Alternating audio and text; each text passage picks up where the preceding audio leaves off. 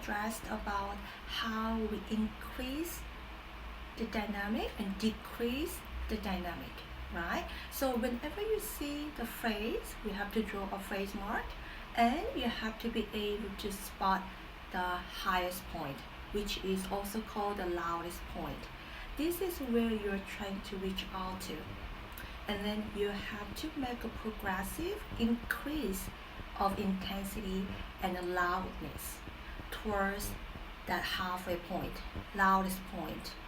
After you reach out to that loudest point, you start decreasing the amount of arm weight.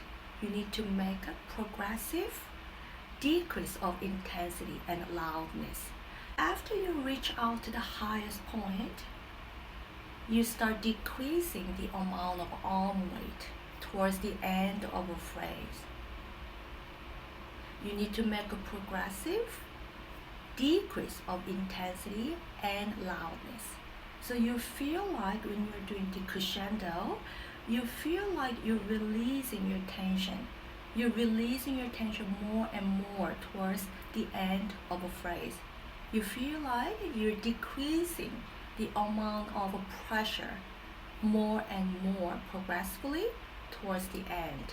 Last time I addressed about how we practice to improve our dynamic development, right? So dynamic is not just about playing loud or soft. It's about how we develop our dynamic in gradual manner, meticulous and delicate way. So how can we do it? Right? We talked about the technique. You just, start with one key and try to increase the amount of arm weight in order to increase the dynamic, right? Yes, you have to be able to do it in a very, very meticulous way. Otherwise, it's very prone to have bumps on your sound. It wouldn't sound connected as much. It wouldn't sound smooth enough. Alright, so let's try this again. We're just going to start with one key, right? And we gradually increase the amount of arm weight, alright, in order to increase the dynamic.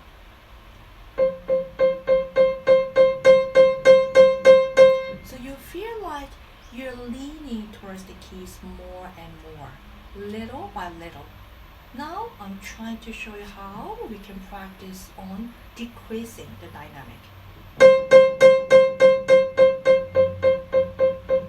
So decreasing the dynamic basically means you're decreasing the amount of arm weight.